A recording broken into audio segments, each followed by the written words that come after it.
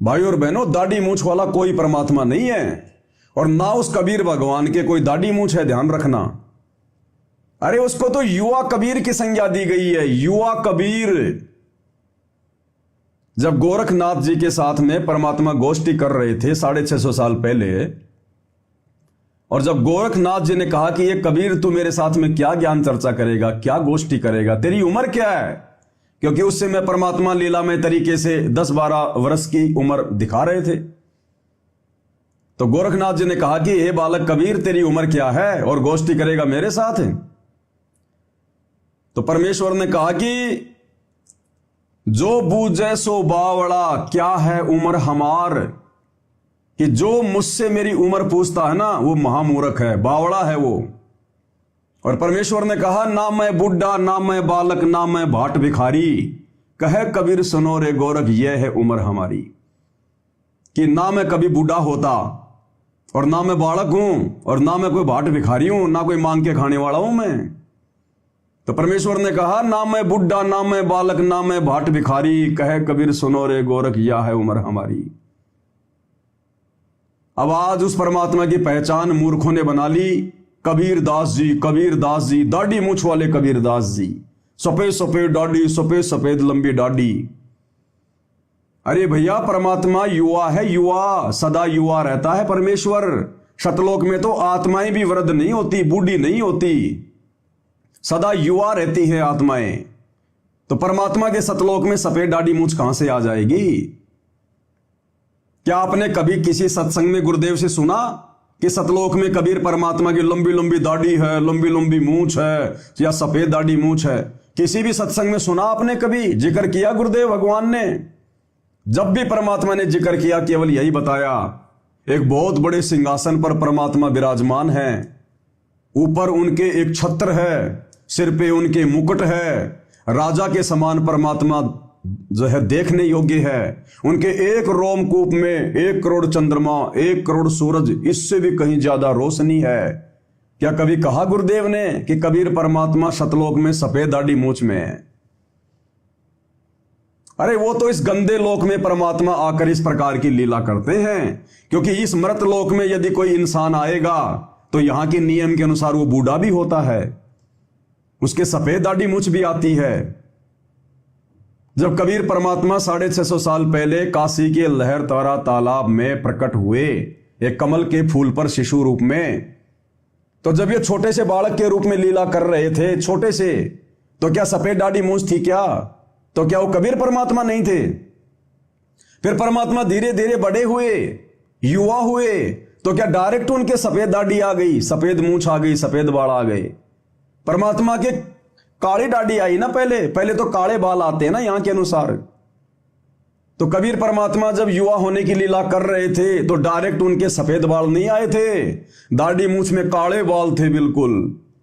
तो वो काले बाल वाली दाढ़ी मूछ वाली फोटो क्यों नहीं बनाते भाई? डायरेक्ट सफेद वाली क्यों बना ली? और फिर हमारे अंदर एक धारणा पैदा हो गई कि ये सफेद दाढ़ी मूछ वाला ही कबीर भगवान है, जबकि कबीर परमेश्वर के कोई दाढ़ी मूछ नहीं है। अगर आपको कबीर परमात्मा का ओरिजिनल चेहरा देखना है तो अपने पूज्य गुरुदेव सतगुरु रामपाल जी भगवान का चेहरा ध्यान से देख लीजिएगा। ये उनका ओरिजिनल सतलोकीय चेहरा है, ओरिजिनल। और वर्तमान में गुरुदेव भगवान, ये कबीर परमात्मा सतलोक से चलकर एज इट इज अपने ओरिजिनल रूप में आए हुए हैं। हमेशा यह परमात्मा अपने ओरिजिनल रूप में ही आता है। आपके विश्वास को दृढ़ करने के लिए एक छोटा सा सत्संग पूज्य गुरुदेव भगवान के मुखारबिंद से आपको सुनाते हैं। ये सत्संग है गुरुदेव भगवान का, सुनाते हैं आपको। परमात्मा इसमें क्या कह रहे हैं? गुरुदेव कह रहे हैं कि परमात्मा का एक विधान है, परमात्मा का एक विधान है, यानी उनकी भक्ति की कुछ नियम हैं, कुछ मर्यादा हैं।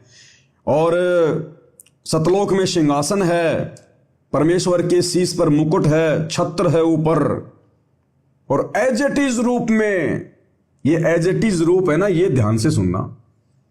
गुरुदेव कह रहे हैं वो परमात्मा अपने तेज पुंज के नूरी शरीर को हल्का करके एज इट इज रूप में नीचे आता है। अपनी शक्ल चेंज नहीं करता परमात्मा, एज इट इज रूप में आता है। काल को धोखा देने के लिए अपने बेटे का रूप बना लेगा, जो मर्जी कर लेगा, लेकिन इस गंदे लोक में जब परमात्मा आते हैं, प्रकट होते हैं, तो अपने एज इट इज सतलोकी रूप में प्रकट होते हैं। काल और दुर्गा नहीं पहचान पाते, उनको दिखाई नहीं देते। जिस प्रकार, क्योंकि परमेश्वर तो अनंत करोड़ सिद्धियों के स्वामी है, वो किसको क्या दिखाएंगे, किसको क्या नहीं दिखाएंगे, वो तो उनके ऊपर है। जैसे 650 साल पहले जब कबीर परमात्मा को सिकंदर लोधी जनता के दबाव में आकर काशी से बेड़ियों में जकड़कर दिल्ली ले आए खूनी हाथी के आगे मरवाने के लिए, तो उस समय परमेश्वर ने क्या किया, उस पीलवान को जो हाथी के ऊपर बैठा हुआ था, उस पीलवान को परमात्मा ने सिंह रूप दिखा दिया, शेर का रूप। हाथी को नहीं दिखाया, बाकी लोगों को तो वो कबीर जी दिखाई दे रहे हैं, और उस महावत को सिंह रूप दिखा दिया परमात्मा ने, और महावत हाथी से नीचे कूद के भाग गया डर के। उसके बाद परमात्मा ने शेर को भी दिखा, उसको हाथी को भी सिंह रूप दिखा दिया। जब महावत उसको दुखी करने लगा, परेशान करने लगा, तो परमात्मा ने उस हाथी को सिंह रूप दिखाया। उसके बाद में परमात्मा ने सिकंदर लोधी को सिंह रूप दिखाया। बाकी लोगों को नहीं दिखाई दे रहे थे, बाकी लोगों को तो बेड़ियों में जकड़े हुए वो कबीर जी दिखाई दे रहे थे, नहीं दिखाई दिए उनको। तो ये तो परमेश्वर की लीला के ऊपर है, उनकी मौज के ऊपर है। वो दुर्गा और काल को अपना क्या रूप दिखाते हैं, और उसी समय आप और हमें क्या रूप दिखाई दे रहा है। तो गुरुदेव भगवान कह रहे हैं कि जब वो परमात्मा इस पृथ्वी पर आता है अपने तेज पुंज के शरीर को हल्का करके, तो अपने एज इट इज रूप में आता है, एज इट इज रूप में, यानी जैसा उनका सतलोक में रूप है, उसी रूप में परमात्मा आते हैं। तो आज वर्तमान में हम अपने गुरुदेव भगवान को परमात्मा मानते कि नहीं मानते? साक्षात कबीर भगवान मानते हैं कि नहीं मानते? क्योंकि उनके अलावा तो कोई सतज्ञान का एक शब्द भी अपने मुंह से नहीं निकाल सकता।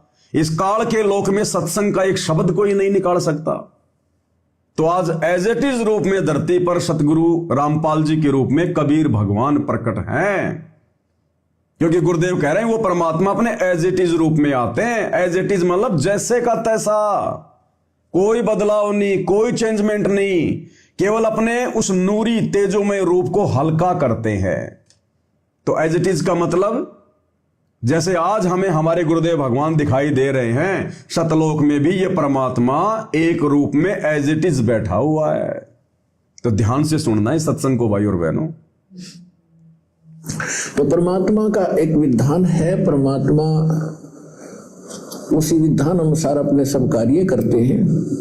परमेश्वर सतलोक में रहते हैं, जिसको गीता जी में शाश्वत स्थान कहा है, सनातन परमधाम कहते हैं। और वहां परमात्मा मनुष्य दृश्य है, एक सिंहासन पर विराजमान है। एक बहुत बड़ा गुम्बद है परमात्मा के ऊपर, बहुत बड़ा एक मंदिर नुमा आकार का, उसके सेंटर में परमात्मा का सिंहासन है। उसके ऊपर मुकुट धारण करके परमात्मा बैठे हैं। सिर पर छत्र है दाता का, श्वेत चित्र है। और फिर यहां जब आते हैं अपने, वहां परमात्मा के रूप एक रोमकूप में करोड़ सूर्य मिला दे, करोड़ चंद्रमा, इनकी रोशनी भी फीकी पड़े, इतना नूर है दाता का। यहाँ आते हैं तो शोभा को कम कर लेते हैं, हल्का तेज पुंज का शरीर बना लेते हैं, सरल करके आते। यदि वो इसी रूप में यहाँ आ जाए तो हमारी चरम दृष्टि देख नहीं सकती, जैसे उल्लू सूर्य को नहीं देख सकता। इसलिए परमात्मा एक अपने तेज पुंज का हल्का शरीर बनाकर आते हैं। और वो मनुष्य दर्श तो है ही, अपने एज इट इज रूप में हमसे मिलते हैं, बातें करते हैं, लेकिन हमारे को अपने एज इट इज रूप में यहां आते हैं, हमसे मिलते हैं, हमसे बातें करते हैं, केवल अपने तेज को हल्का करते हैं, अपने नूर को हल्का करते हैं, अन्यथा हम उनको देख ही नहीं पाएंगे। हम दोपहर के समय में एक सूर्य की तरफ नहीं देख सकते, और जिस परमेश्वर के एक बाल में 1 करोड़ सूरज, 1 करोड़ चंद्रमा, इससे भी ज्यादा रोशनी, तो पूरी बॉडी में 3.5 करोड़ बाल होते हैं, 3.5 करोड़ रोमकूप। तो बताओ, अगर वो परमात्मा एज इट इज आ जाए अपने उसी रूप में, तेजोमय रूप में, हम कैसे देखेंगे उनको? तो गुरुदेव कह रहे हैं वो परमात्मा अपने तेजोमय रूप को हल्का करता है और एज इट इज परमात्मा यहां आता है, एज इट इज। तो आज परमात्मा एज इट इज आए हुए हैं, एज इट इज, जिस रूप में परमात्मा सतलोक में बैठे रहते हैं। तो आज जिस रूप में आप और हम अपने गुरुदेव भगवान को देख रहे हैं, जिस शकल में देख रहे हैं, ये उनका एज इट इज सतलोकीय रूप है, सतलोकीय रूप।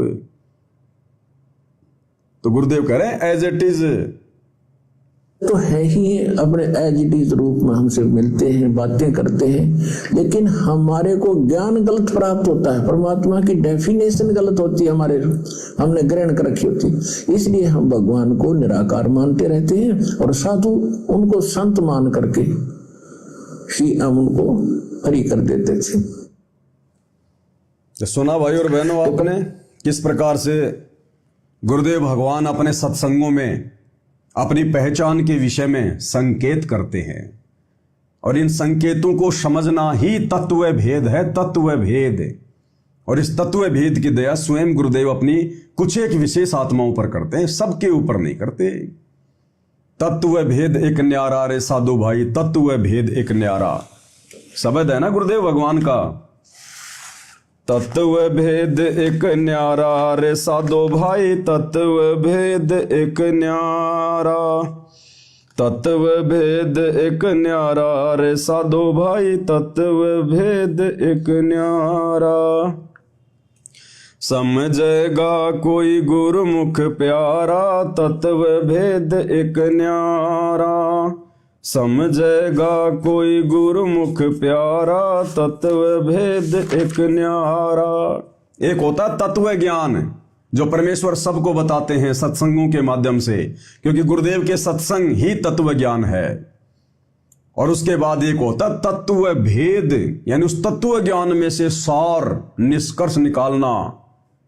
तो ये परमात्मा उन्हीं आत्माओं पर रजा करते हैं जो उनकी विशेष प्यारी आत्मा होती हैं, जो अधिकारी हंस होते हैं। वही जान पाते हैं, पहचान पाते हैं, उस तत्व भेद की उन पे दया होती है। गुरुदेव कहते हैं ना कि सब सुमरे अपने अनुमाना, तो गति लखी न जाए, और कहे कबीर कृपया कर जन पर, ज्यों की त्यों समझाए। और क्या होता है तत्व भेद? एक छोटा सा आपको सत्संग सुनाता हूं गुरुदेव का। इस शब्द से पहले गुरुदेव भगवान क्या कह रहे हैं, आदरणीय गरीबदास जी का उदाहरण देकर,